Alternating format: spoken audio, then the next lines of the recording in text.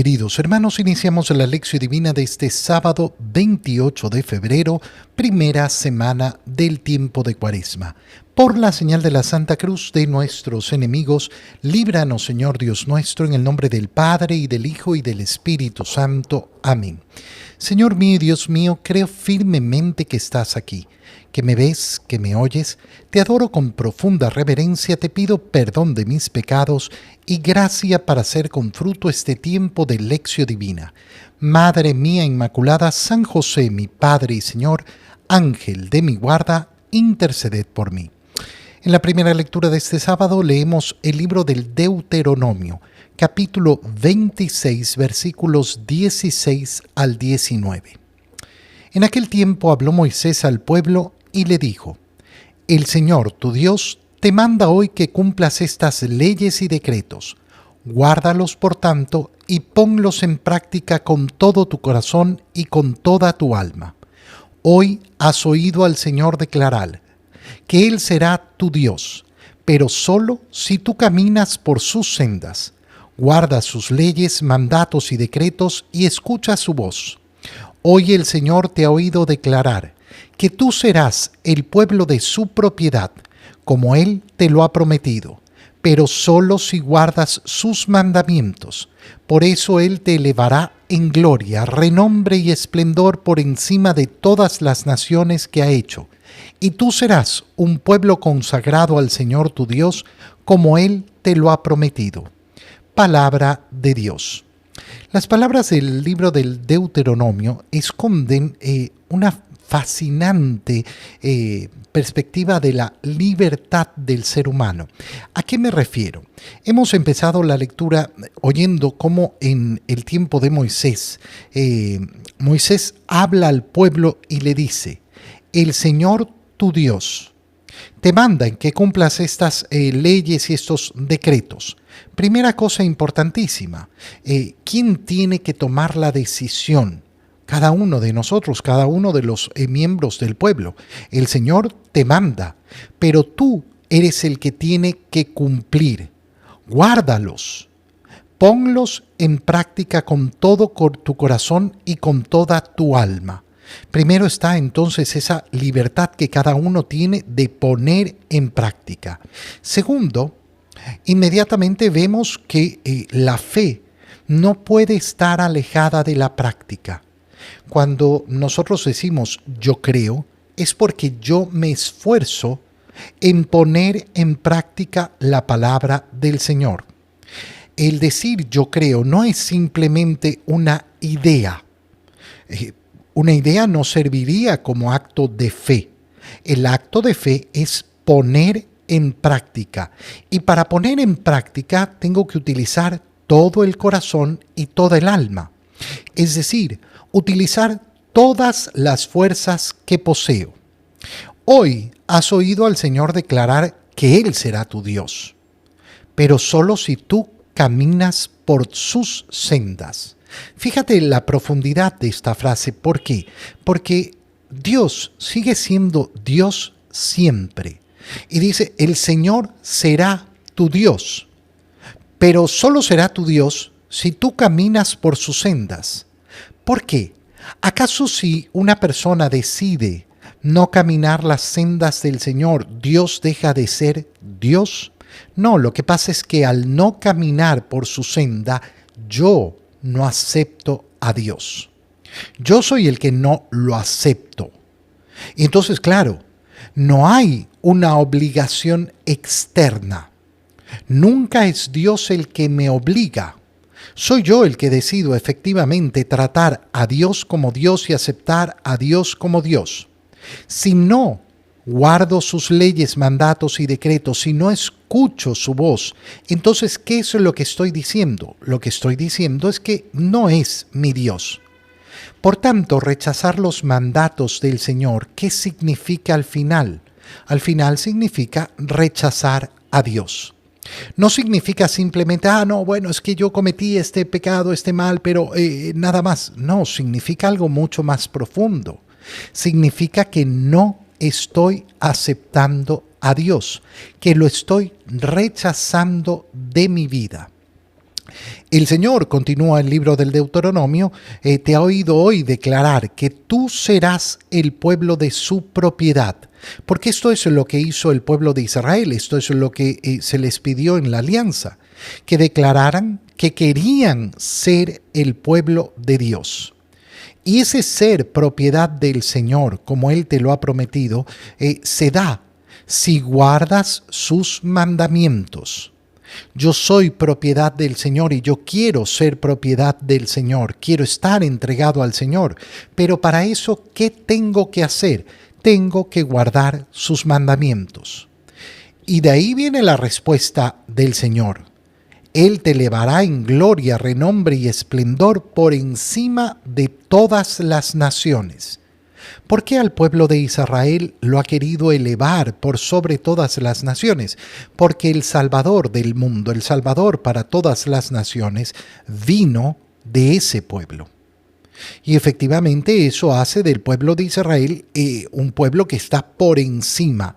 No porque los israelitas, los judíos hoy en día sean mejor que el resto de las naciones, sino porque fue la nación escogida por Dios para traer al Salvador de todos los pueblos. Esta es la promesa que ha hecho el Señor, una promesa preciosa, una promesa bellísima, que nos obliga obviamente a cada uno de nosotros que reconocemos a Jesucristo como ese Verbo encarnado, ese Hijo de Dios que ha venido al mundo para darnos la salvación, lo reconocemos como eso, lo reconocemos como venido en ese pueblo de Israel. Y por eso en nuestra oración siempre está el pueblo de Israel de un modo especialísimo y tiene que tener nuestro cariño y nuestro amor. En el Evangelio, leemos el Evangelio de San Mateo, capítulo 5, versículos 43 al 48. En aquel tiempo Jesús dijo a sus discípulos: «Han oído que se dijo, ama a tu prójimo y odia a tu enemigo. Yo en cambio les digo, amen a sus enemigos, hagan el bien a los que los odian, y rueguen por los que los persiguen y calumnian para que sean hijos de su Padre Celestial, que hace salir su sol sobre los buenos y los malos, y manda su lluvia sobre los justos y los injustos. Porque si ustedes aman a los que los aman, ¿qué recompensa merecen? ¿No hacen eso mismo los publicanos? Y si saludan tan solo a sus hermanos, ¿qué hacen de extraordinario? ¿No hacen eso mismo los paganos? Sean pues perfectos como su Padre Celestial es perfecto». Palabra del Señor. Antes del inicio de la Cuaresma, veníamos en el tiempo ordinario leyendo el capítulo 5 del Evangelio de San Mateo.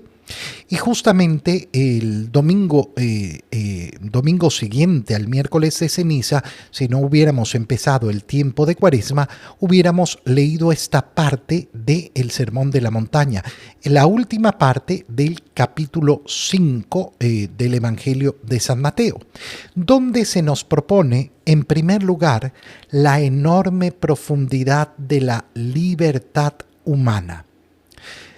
Recuerda que en esta parte del Sermón de la Montaña, el Señor ha iniciado diciendo que nosotros tenemos que tener una justicia mayor que la de los fariseos y los escribas. ¿Qué quiere decir esto? Que no tenemos que limitarnos simplemente al mandato a la ley del cumplimiento. Yo cumplo la norma tal cual está establecida y no logro ver la profundidad del mandamiento que me ha dado Dios. Por eso no vivimos bajo la ley del cumplimiento. Si bien tenemos que cumplir los mandamientos, la iluminación que nos da el Señor apunta a ir mucho más allá y ver la profundidad de los mandamientos.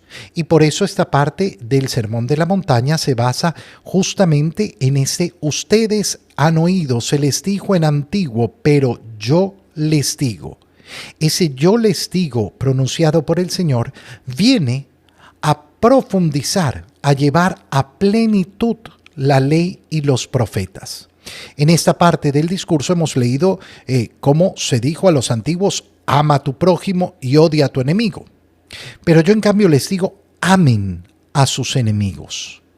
Hagan el bien a los que los odian y rueguen por los que los persiguen y calumnian. ¿Por qué quiero amar a los enemigos? ¿Por qué quiero hacer el bien a los que me odian? ¿Por qué quiero pedir, rogar por aquellos que me persiguen y me calumnian? Y el Señor lo dice con toda claridad, para que sean hijos de su Padre Celestial. No porque el que me odia, el que es mi enemigo, el que me hace mal, se lo merece. Fíjate qué importante es esto. ¿Por qué? Porque la vara de mi actuar no está puesta en el otro. No es lo que hace el otro. No es lo que merece el otro. La vara está puesta en mí. ¿Quién quiero ser yo? ¿Qué es lo que yo quiero hacer con mi vida? Y esto depende solo y exclusivamente de mí. Y esto es lo que nos habla de la profunda libertad del ser humano. Cuando una persona decide vivir su vida de acuerdo a cómo viven los demás, piénsalo bien, ¿decide vivir en libertad o decide vivir en esclavitud? ¿A qué me refiero? No, yo le hago el bien al que me hace el bien. Si son buenos conmigo, yo soy un pan de Dios. Pero si me buscan, me encuentran. Bueno, entonces en tu vida manda el otro. No actúas con libertad. Actuar con libertad significa justamente que el actuar del otro, el ser del otro, no intervenga en mis decisiones. Yo quiero ser bueno porque quiero ser bueno, no porque dependo del otro. No, pero es que si me tratan mal, entonces yo trato mal. Bueno, entonces eres gobernado por el otro. Yo tengo que tomar la decisión de quién quiero ser. ¿Quiero ser hijo del Padre Celestial? ¿Quiero ser hijo de Dios? ¿Quiero vivir a la altura de los hijos de Dios? Bueno, tengo que vivir en libertad. Y si quiero vivir a esa altura, me doy cuenta de algo tan profundo. Dios hace el bien a los buenos y a los malos, a los justos y a los injustos. Esto es importantísimo por dos razones.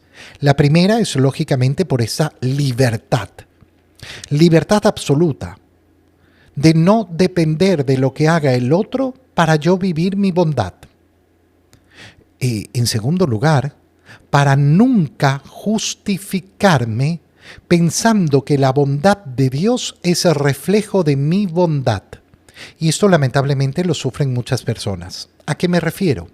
Me refiero a ese pensamiento de, no, Dios me ha bendecido tanto en mi vida que yo soy incapaz de reconocer mis pecados y ver mi miseria. ¿Por qué? Porque Dios me ha bendecido. La bondad de Dios conmigo, las bendiciones de Dios conmigo, no hablan de mi bondad, hablan de su bondad. Esto, lamentablemente, muchas personas nunca lo logran entender. El bien que hace Dios no habla de mi persona, no habla de lo bueno que soy yo.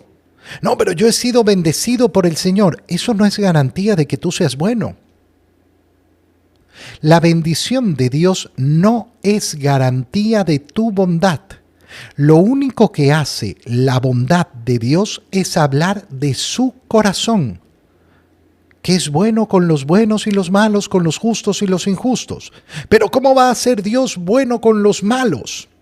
¿Cómo va Dios bendecir a los injustos? Porque Él es bueno. Porque a Él no lo esclaviza nuestra maldad. Él libremente decide ser bueno. ¿Por qué? Porque le da la gana.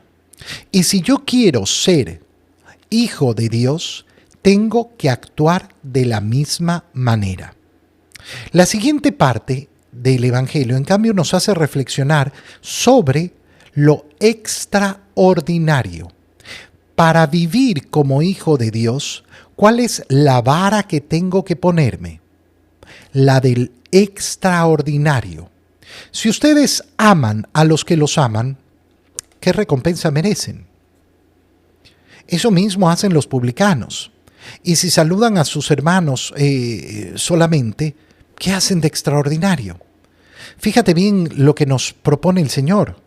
¿Cuál es la medida del cristiano? Recuerda que estamos leyendo capítulo 5 de San Mateo, que es el inicio, el primer capítulo dedicado al Sermón de la Montaña.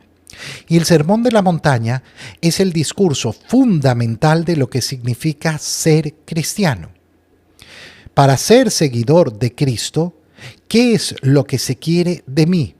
Que viva una vida de modo extraordinario. ¿Qué significa vivir una vida de modo extraordinario? Significa que no rige en mí la ley de los demás, que no rige en mí el ser de los demás. No, pero es que todos hacen esto. No nos interesa. Pero es que todo el mundo piensa así. No nos interesa. Pero es que el mundo es así. No nos interesa.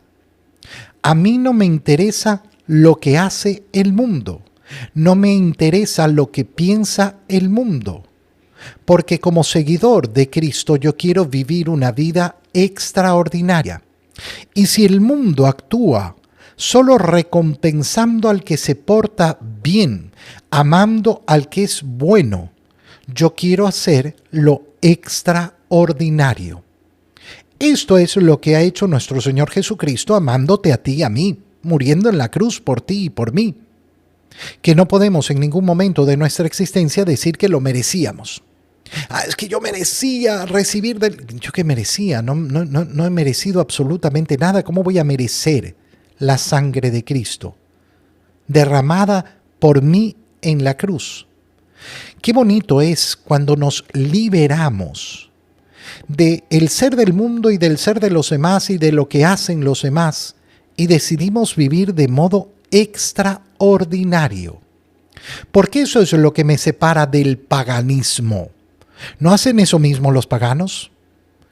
Y termina con esta frase con la que termina el capítulo 5, la primera parte del Sermón de la Montaña, que es el ideal de perfección que tiene que mover el corazón del seguidor de Cristo. Sean perfectos, como su Padre Celestial es perfecto. Ideal de perfección.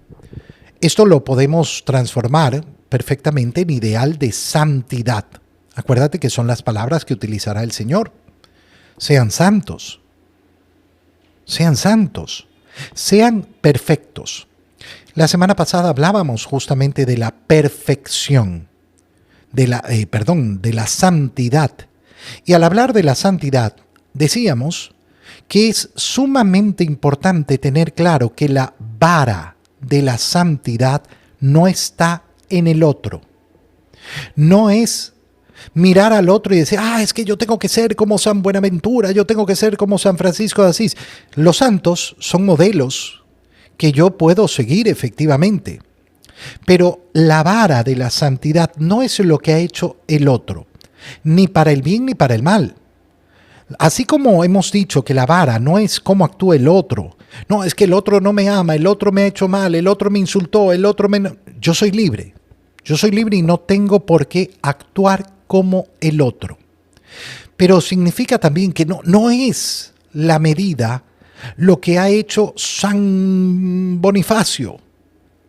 La perfección no se mide afuera, porque la perfección depende solo de mis capacidades, no de las de los demás. A nadie se le va a exigir sobre sus capacidades. No se me va a juzgar de acuerdo a lo que era capaz de hacer otro. Se me va a juzgar de acuerdo a lo que yo soy capaz. Por tanto, la perfección, ¿en dónde está? En dar lo mejor de mí. ¿Y quién es el único que puede saber si estoy dando lo mejor de mí? Solo yo y el Señor. En el interior de mi conciencia, en mi diálogo con el Señor es donde yo me tengo que preguntar, Señor, ¿estoy dando lo mejor de mí? ¿Estoy usando todos los atributos, todas las capacidades, todos los talentos que tú me has dado? Porque si estoy haciéndolo, entonces estoy caminando el camino de la perfección. Si no, no. Te doy gracias, Dios mío, por los buenos propósitos, afectos e inspiraciones que me has comunicado en este tiempo de Lección Divina. Te pido ayuda para ponerlos por obra. Madre mía Inmaculada, San José, mi Padre y Señor, Ángel de mi guarda, interceded por mí. María, Madre de la Iglesia, ruega por nosotros. Queridos hermanos, que el Señor los bendiga, los cuide y los proteja en el nombre del Padre, y del Hijo, y del Espíritu Santo. Amén. Que tengan todos un muy feliz día.